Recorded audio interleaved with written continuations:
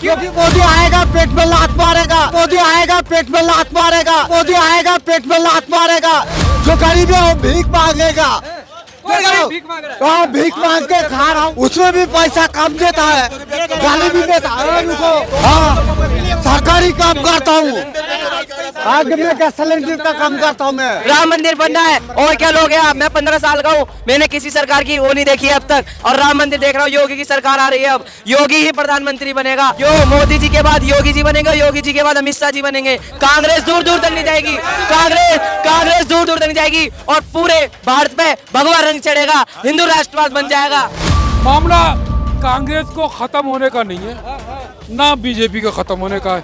देश के अंदर गरीबी है, बेरोजगारी है, महंगाई, बेरोजगारी, भ्रष्टाचार भी है। एक सेकंड। और अब जो 2024 का बजट जो आ रहा है, तो सीता जी ने पिछले बजट में pension rebate up to 7 lakh crore nil, यानी 7 लाख करोड़ तक के ऊपर टैक्स नहीं लगेगा। उन्होंने सहूलियत तो दी डायरेक्ट टैक्सेस में, लेकिन इनडायरेक्ट टैक्सेस में उन्होंने चीजों के दाम बढ़ा दिए। इधर से पैसा दिया और इधर से ले लिया। आपकी गाड़ी एकता, शांति, सद्भावना, प्रेम की आपकी 4 पहियों की गाड़ी है, और कहते हैं पूरे देश में घूमती है। पूरे देश का मतलब पुंछ, जम्मू कश्मीर से लेके कन्याकुमारी तक, कच्छ गुजरात से लेके कोहिमा नागालैंड तक। लेकिन मैं कहूँ प्रधानमंत्री जी, आप अपनी गाड़ी को गौतम अडानी की तरफ कम घुमाइए, मुकेश अंबानी की तरफ। क्योंकि आपका बेधड़क चैनल है, इसलिए मैं आज बेधड़क बोलूंगा, चाहे प्रधानमंत्री को अच्छा लगे या बुरा लगे। प्रधानमंत्री को हवाई यात्रा करने का बहुत शौक है, और ये हवाई यात्रा बहुत करते हैं, और प्रधानमंत्री खुद कहते हैं कि हवाई बाज, इन्होंने संसद में कहा कि हवाई बाज जमीन की सच्चाई नहीं दे सकते। जब हवाई बाज जमीन की सच्चाई नहीं दे सकते, तो ये हिंदुस्तान के सबसे बड़े हवाई बाज कैसे हैं? सबसे ज्यादा हवाई बाज में तो ये घूमते हैं। तो मैं चाहूंगा प्रधानमंत्री जी, आप अपनी हवाई जहाज की यात्रा कम करें और जमीन की यात्रा शुरू करें।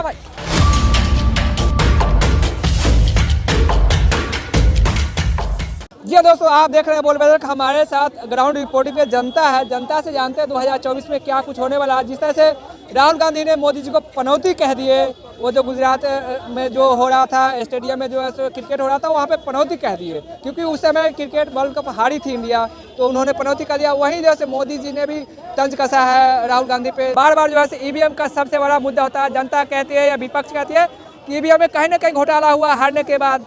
ये जो 5 राज्यों का चुनाव है, ये एक सेमीफाइनल है। सरकार तो देखो जो भी आ रही है, ये तो जनता के ऊपर है किसको लाना है, और जो अच्छा काम करेगी वो आएगी, सीधी सी बात है। बस मेरा मानना है। जी कहते हैं सबका साथ सबका विकास, तो हुआ क्या सबका साथ सबका विकास? सबका साथ सबका विकास कहाँ हुआ है? कुछ भी नहीं है। क्या नहीं हुआ भाई? जहाँ भी जाओ हिंदू मुस्लिम हो, कहीं भी चले जाओ, अब भाईचारा खत्म हो चुका है। तो ये सिर्फ सरकार की उससे ही हो रहा है। ये जो हो रहा है भाईचारा, पहले कितना था? पहले हर कहीं पे भाईचारा था, दंगे नहीं थे। कहाँ थे दंगे? कहाँ थे दंगे? दंगे तो हर सरकार में होते हैं। और देखो असल में क्या है, ये सरकार जो बनाती है जनता ही बनाती है, ठीक है? हाँ, और सरकार जो भी आए, हमारा तो यही सवाल है कि सबका साथ सबका विकास लेके चले, बात खत्म। क्या सबका साथ सबका विकास हुआ क्या? देखिए, प्रधानमंत्री कहते हैं मन की बात में, उनकी मन की बात कहते हैं, मेरी बात नहीं। बेधड़क सारी देश की बात है, आपका चैनल भी बेधड़क है। तो मैं कहूँगा कि प्रधानमंत्री, आपकी गाड़ी एकता, शांति, सद्भावना, प्रेम की आपकी 4 पहियों की गाड़ी है, और कहते हैं पूरे देश में घूमती है। पूरे देश का मतलब पुंछ, जम्मू कश्मीर से लेके कन्याकुमारी तक, कच्छ गुजरात से लेके कोहिमा नागालैंड तक। लेकिन मैं कहूँ प्रधानमंत्री जी, आप अपनी गाड़ी को गौतम अडानी की तरफ कम घुमाइए, मुकेश अंबानी की तरफ घुमाइए। और प्रधानमंत्री जो है, मैं अलमदार अब्बास, मैं प्रधानमंत्री जी की आलोचना नहीं करता हूँ, बोलिए बोलिए, हाँ, जा रही है, बोलिए। क्योंकि आपका बेधड़क चैनल है, इसलिए मैं आज बेधड़क बोलूंगा, चाहे प्रधानमंत्री को अच्छा लगे या बुरा लगे। प्रधानमंत्री को हवाई यात्रा करने का बहुत शौक है और ये हवाई यात्रा बहुत करते हैं, और प्रधानमंत्री खुद कहते हैं कि हवाई बाज, इन्होंने संसद में कहा कि हवाई बाज जमीन की सच्चाई नहीं दे सकते। जब हवाई बाज जमीन की सच्चाई नहीं दे सकते तो ये हिंदुस्तान के सबसे बड़े हवाई बाज कैसे हैं? सबसे ज्यादा हवाई बाज में तो यही घूमते हैं। तो मैं चाहूंगा प्रधानमंत्री जी, आप अपनी हवाई जहाज की यात्रा कम करें और जमीन की यात्रा शुरू करें, और जमीन की यात्रा इस तरह से कीजिए, जमीन की यात्रा इस तरह से कीजिए कि जो आपने जो 7 पिलर बताए, इंफ्रास्ट्रक्चर एंड डेवलपमेंट, लेकिन प्रधानमंत्री को यह चाहिए कि अपने 2024 का ये जो इंटरिम बजट है, तो ये जो इंटरिम बजट जो है इसको रेगुलेटरी बजट बनाए। प्रधानमंत्री इंटरिम बजट को रेगुलेटरी बजट बनाए, और इसको कहते हैं कि ये लेखानुदान है। लेखानुदान नहीं है, ये नियामक बजट होना चाहिए, और इसके साथ साथ इसको बाकायदा बजट बनना चाहिए। पूरा बजट अगर साल भर का है तो ये बजट भी 6 महीने का है। इस बजट में बोलता है कि भारत विश्व गुरु बन रहा है। भारत विश्व गुरु जब बनेगा, जो प्रधानमंत्री जो नरेंद्र मोदी होगा, जो सोचते हैं, नहीं, भारत विश्व गुरु जब बनेगा, जो नहीं, देखिए जनाब, भारत विश्व गुरु जब बनेगा, जो प्रधानमंत्री जो कहते हैं वो करके दिखा दे। और लाल किले पर जो उन्होंने कहा कि भारत दुनिया की नई नई ऊंचाइयों को पार करेगा, हम इसकी उनको बधाई देते हैं कि भारत ने यूनाइटेड नेशन में 193 वोटों में से 183 वोट मिले। क्या कहेंगे कह रहे कि मोदी जी सबसे वर्ल्ड का नंबर 1 बनेंगे? बिल्कुल है, नंबर 1 है, बिल्कुल नंबर 1 है, देश को नंबर 1 बना के दिखाएंगे। राम मंदिर बनना है, और क्या लोग हैं आप? मैं 15 साल का हूँ, मैंने किसी सरकार की वो नहीं देखी है अब तक, और राम मंदिर देख रहा हूँ। योगी की सरकार आ रही है, अब योगी ही प्रधानमंत्री बनेगा, और मोदी जी के बाद योगी जी बनेंगे, योगी जी के बाद अमित शाह जी बनेंगे। कांग्रेस दूर दूर तक नहीं जाएगी, कांग्रेस दूर दूर तक नहीं जाएगी, और पूरे भारत पे भगवा रंग चढ़ेगा, हिंदू राष्ट्रवाद बनेगा इसलिए क्योंकि योगी प्रधानमंत्री बनेगा। और इतनी तरक्की देख रहे हैं आप यहाँ पे, इतने सारे, क्योंकि मोदी आएगा पेट में लात मारेगा, जो गरीब है वो भीख मांगेगा।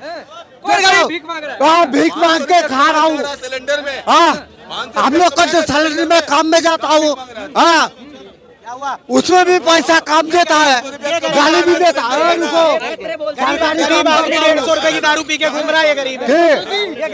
हाँ, सरकारी काम करता हूँ, आज मैं गैस सिलेंडर का काम करता हूँ मैं। क्या कहेंगे? अरे एक मिनट चुप हो जाओ, शांत रहो।